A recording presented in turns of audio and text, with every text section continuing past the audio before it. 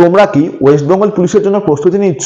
আর যদি তোমরা ওয়েস্ট বেঙ্গল পুলিশের জন্য প্রস্তুতি নিচ্ছ, তাহলে তোমাদের এটা জানা উচিত যে ইডিয়মস অ্যান্ড ফ্রেসেস তোমাদের জন্য কতটা গুরুত্বপূর্ণ। কারণ তোমাদের পরীক্ষায় কিন্তু অন্তত পক্ষে 2 থেকে 3 নাম্বার এই ইডিয়ম ফ্রেসেস কিন্তু একাই দখল করে থাকবে।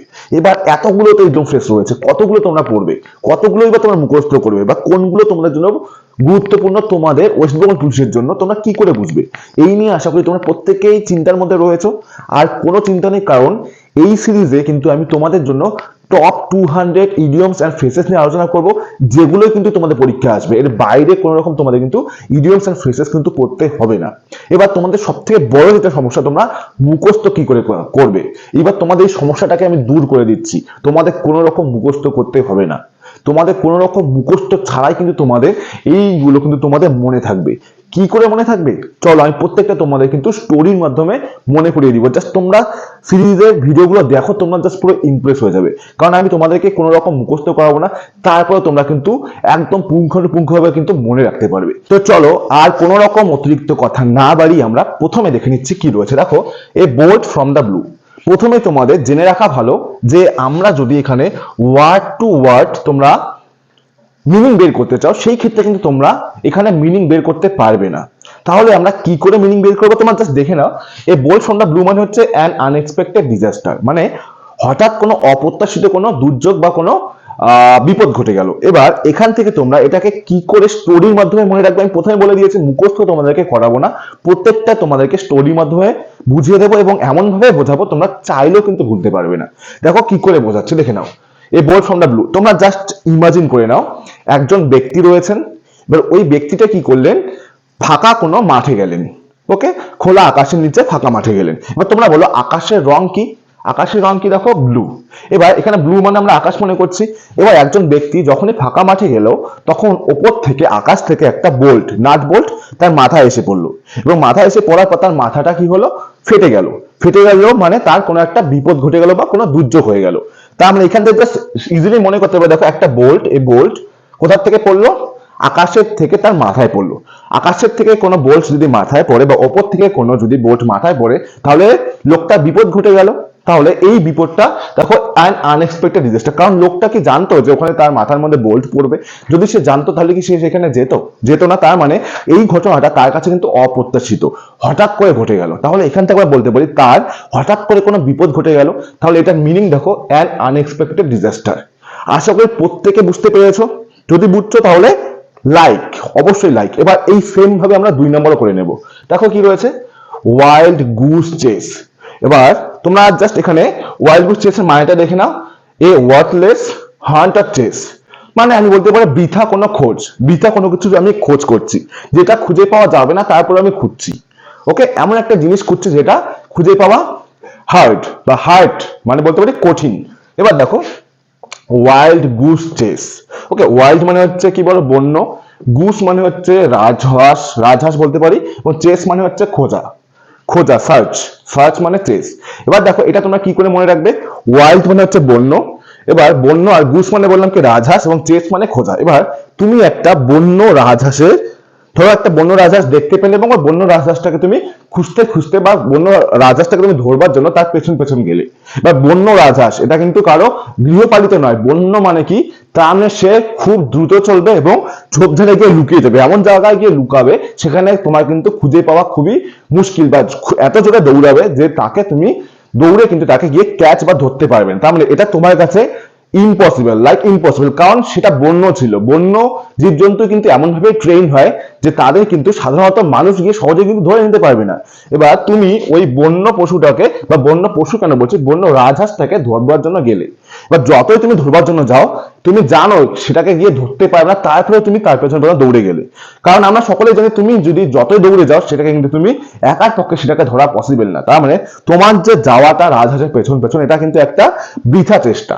তার মানে রাজহাঁস যেহেতু বন্য রাজহাঁস, এটার পেছন তুমি যতই জোরে দৌড়াও কিন্তু তুমি ধরতে পারবে না। তাহলে এটা তোমার কিন্তু একটা বৃথা চেষ্টা হতে চলেছে। তাহলে বৃথা চেষ্টা, এখান থেকে আমি এটা নিতে পারছি যে ওয়ার্থলেস, যেটা মূল্যহীন বলতে পারি, হান্টার চেস যেটা কিন্তু একদম বৃথা খোঁজ। তুমি যে খোঁজটা করছো এটা কিন্তু একদমই বৃথা।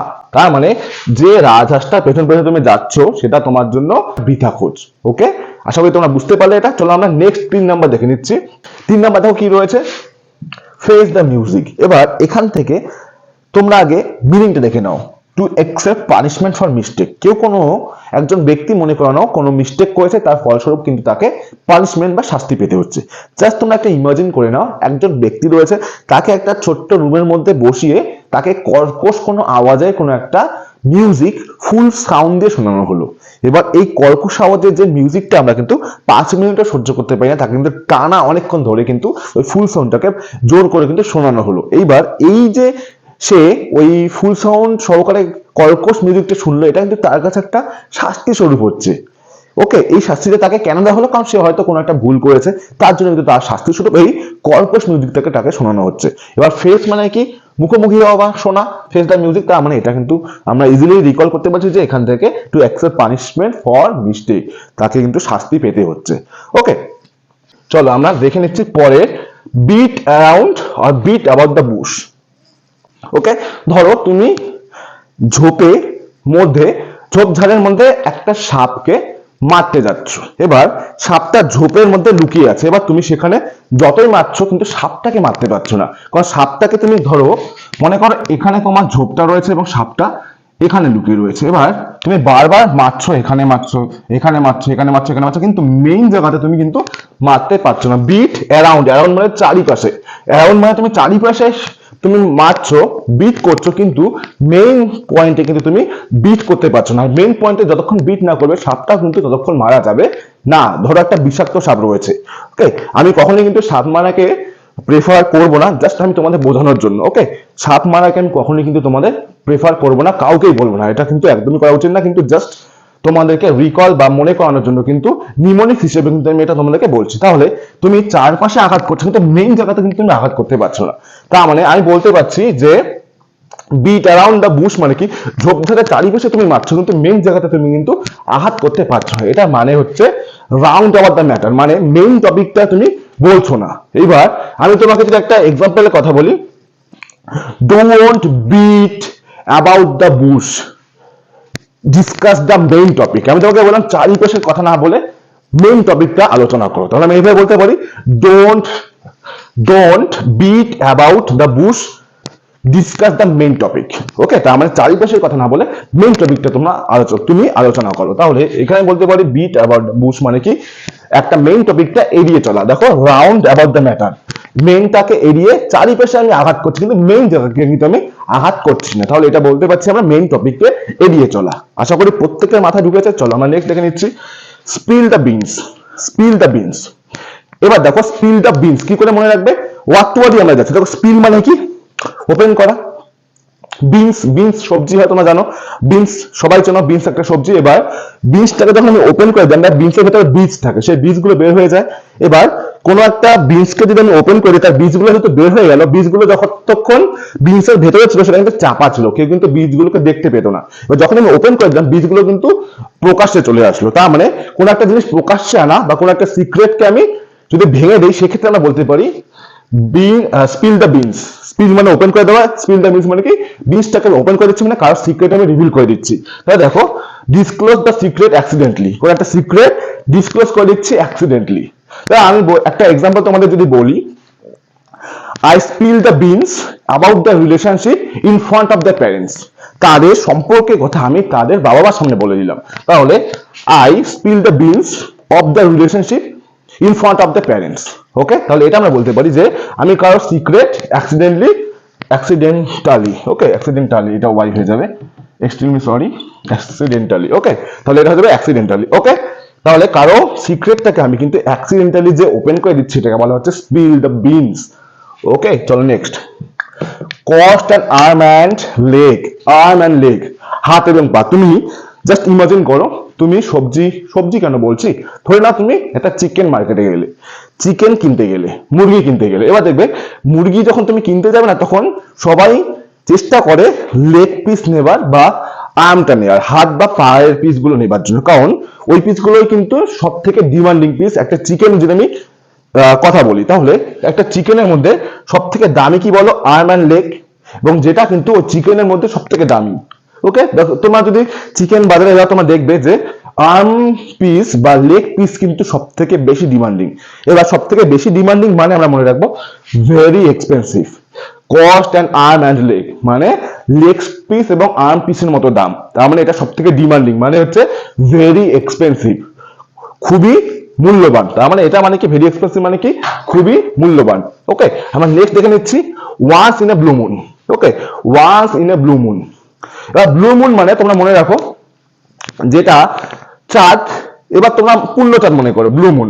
ওয়ান্স মানে একদা, হঠাৎ, হঠাৎ বা কোনো এক সময় একদা। ওকে, এবার দেখো once in a blue moon আমরা কি করে মনে রাখবো? দেখো তোমরা সকলেই জানো যে মুন, ফুল মুন আমরা মাসে একবার করে দেখতে পাই, সেটা হচ্ছে পূর্ণিমার সময়। মাসে একদিন করে কিন্তু আমরা ফুল মুন দেখতে পাই, একদিন মানে হঠাৎই, হঠাৎ আমরা 30 দিন পর পর, 30 দিন পর পর কিন্তু আমরা পূর্ণচাঁদ দেখতে পাই। এবার পূর্ণচাঁদ দেখবার জন্য কিন্তু আমরা প্রতিদিন, আমি আজকে কালকে পরশু প্রতিদিন কিন্তু পূর্ণচাঁদ দেখতে পাবো না। পূর্ণচাঁদ আমাকে দেখতে চাইলে কিন্তু হঠাৎ হঠাৎই আমি দেখতে পাবো। তার মানে once in a blue moon আমরা বলতে পারি এই পূর্ণচাঁদটা কিন্তু হঠাৎ হঠাৎ দেখতে পাওয়া যায়। তার মানে রেয়ারলি অ্যান্ড ইনফ্রিকুয়েন্টলি মানে হচ্ছে হঠাৎ এবং যেটা কিন্তু ফ্রিকুয়েন্ট না, রেগুলার মানে প্রতিদিন আসবে না, প্রতিদিন নিত্যদিন কিন্তু আমি দেখতে পারি, এটা ইনফ্রিকুয়েন্ট মানে যেটা কিন্তু রেগুলার নয়। তাহলে রিয়ারলি যেটা হঠাৎ হঠাৎ দেখতে পাওয়া যায় এবং যেটা কিন্তু রেগুলার নয়, ইনফ্রিকুয়েন্টলি আমি যেটাকে দেখতে পারবো সেটা কিন্তু বলতে পারি once in a blue moon. আমি তোমাদের জাস্ট একটা এক্সাম্পল যদি বলি, I watch movie, I watch movie once in a blue moon, আমি হঠাৎ হঠাৎ করে বই দেখি। Okay, he watches movie once in a blue moon মানে সে হঠাৎ হঠাৎ করে মুভি দেখে। ওকে, এবার দেখো আন্ডার দ্য ওয়েদার, তাহলে এটা মানে once in a blue moon মানে কি রিয়ারলি অ্যান্ড ইনফ্রিকুয়েন্টলি, হঠাৎ হঠাৎ করে। ওকে, এবার দেখো আন্ডার দ্য ওয়েদার, এটা মানে কি টু নট ফিল ওয়েল মানে টু ফিল আনওয়েল। এবার আন্ডার দ্য ওয়েদার তোমরা দেখবে রেয়ার যেটা ডিজিজ, দেখতে রেয়ার কেন বলছি, ভাইরাল যেটা মানে বেশি হয় যেটা, সেটা হচ্ছে জ্বর সর্দি। এবার বেশিরভাগ অসুখের মধ্যে কিন্তু এই জ্বর সর্দি এটা কিন্তু বেশি হয়। এবার জ্বর সর্দি এগুলোর জন্য দায়ী কে বলো? ওয়েদার। তার মানে আন্ডার, যেমন আমরা বলি আন্ডার অ্যারেস্ট, আন্ডার অ্যারেস্ট মানে কি কারো আন্ডারে, ইউ আর আন্ডার মি মানে তুমি আমার আন্ডারে, আন্ডার মানে কি কোনো কিছু কবলে বা কোনো কিছু আন্ডারে। ওকে, এবার দেখো আন্ডার দ্য ওয়েদার, ওয়েদারের কবলে রয়েছে, ওয়েদারের অধীনে রয়েছে মানে হচ্ছে তার ওয়েদারটাকে গ্রাস করে নিয়েছে। ওয়েদার গ্রাস করে নেওয়া মানে কি বলো? তার শরীর খারাপ। ওয়েদারের কবলে থাকা মানে হচ্ছে তার নিশ্চয়ই শরীর খারাপ হচ্ছে। দেখো আন্ডার দ্য ওয়েদার, ওয়েদারের দখলে, ওয়েদারের জন্য শরীর খারাপ হচ্ছে, জ্বর সর্দি হচ্ছে, তার মানে তার শরীর ঠিক নেই বা সে অসুস্থ ফিল করছে। To feel, to not feel well বা টু ফিল আনওয়েল একই ব্যাপার। তাহলে এটার মানে হচ্ছে আন্ডার দ্য ওয়েদার মানে কি টু নট ফিল ওয়েল। আমি তোমাদের একটা বলতে পারি, I am feeling under the weather today, আমার আজকে শরীর খারাপ লাগছে, I am feeling under the weather today. Okay, এবার দেখো তাহলে নেক্সট দেখে নিচ্ছি বাড়ি দ্য হ্যাচেট। বাড়ি মানে কি পুঁতে রাখা, সমাধি দেওয়া, পুঁতে রাখা। হ্যাচেট মানে কি কুড়ুল, হাত কুড়ুল যেটা হয়, কুড়ুলের মতো বড় না, হাতের যেটা কুড়ুল, হাত কুঠার যেটাকে বলা হয়। আমি কি করলাম বাড়ি দা হ্যাচেট, আমি হাত কুড়ুলটাকে কি করলাম সমাধি বা পুঁতে রাখলাম। এটা হাত কুড়ুল, দেখো মনে করো এক্স এবং ওয়াই, এক্স এবং ওয়াই এর মধ্যে বিবাদ শুরু হয়েছে, এও একটা হাত কুড়ুল নিয়ে আসলো, এও একটা হাত কুড়ুল নিয়ে আসলো।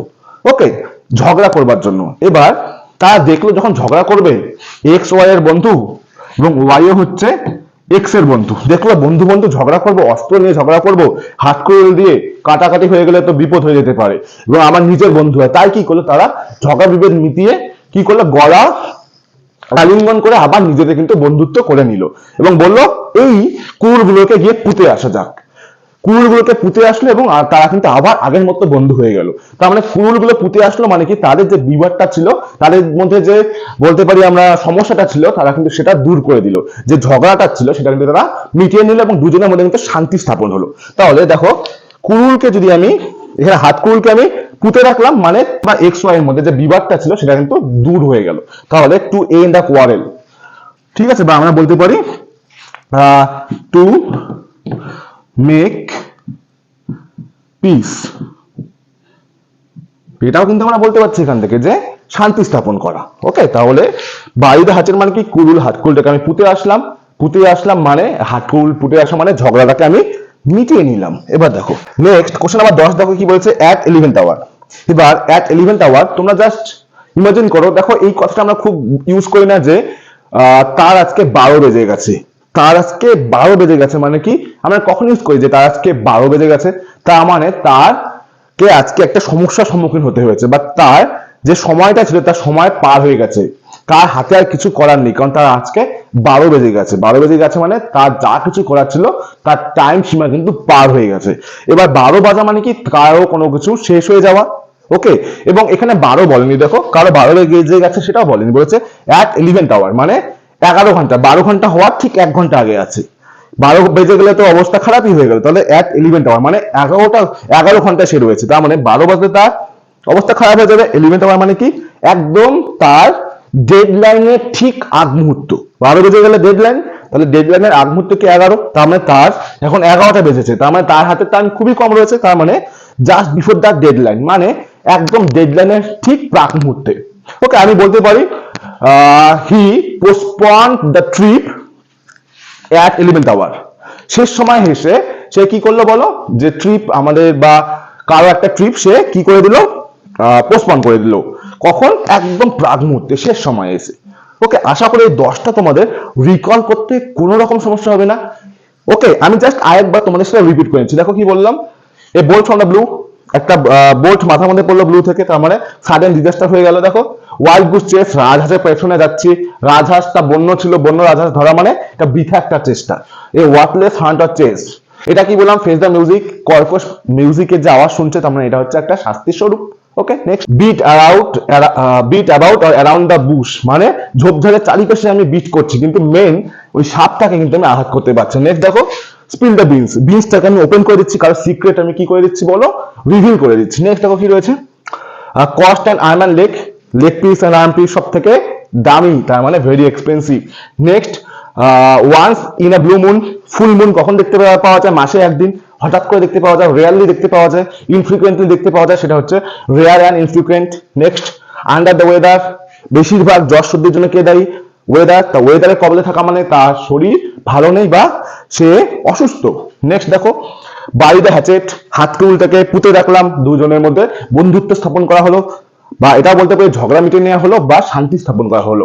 দেখো to end a quarrel, quarrel মানে ঝগড়া অথবা শান্তি স্থাপন করা হলো। ওকে, নেক্সট দেখো last one at 11th hour, মানে 12 বেজে যাওয়া, তার ঠিক আগ মুহূর্তে 11 আওয়ার মানে শেষ মুহূর্ত। তোমার যদি এই ক্লাসটি ভালো লেগে থাকে এবং যদি তুমি এইভাবে বাকিগুলোকে কমপ্লিট করতে চাও, তাহলে তোমরা অবশ্যই কমেন্টে জানাবে পার্ট 2 এর জন্য, এবং অবশ্যই যারা আজকে চ্যানেলে নতুন যুক্ত হয়েছে সাবস্ক্রাইব করে দেবে, এবং যদি একমাত্র যদি তোমাদের ভিডিওটি ভালো লেগে থাকে সেই ক্ষেত্রে তোমরা কিন্তু ভিডিওটাকে লাইক করে দেবে এবং তোমাদের বন্ধুদের সাথে কিন্তু শেয়ার করে দিও। চলো দেখা হচ্ছে নতুন একটি ভিডিওর মাধ্যমে খুব শীঘ্রই। ততক্ষণের জন্য সবাই ভালো থেকো, সুস্থ থেকো এবং তার সাথেও কিন্তু পজিটিভ থেকো। চলো বাই, গুড নাইট, জয় হিন্দ।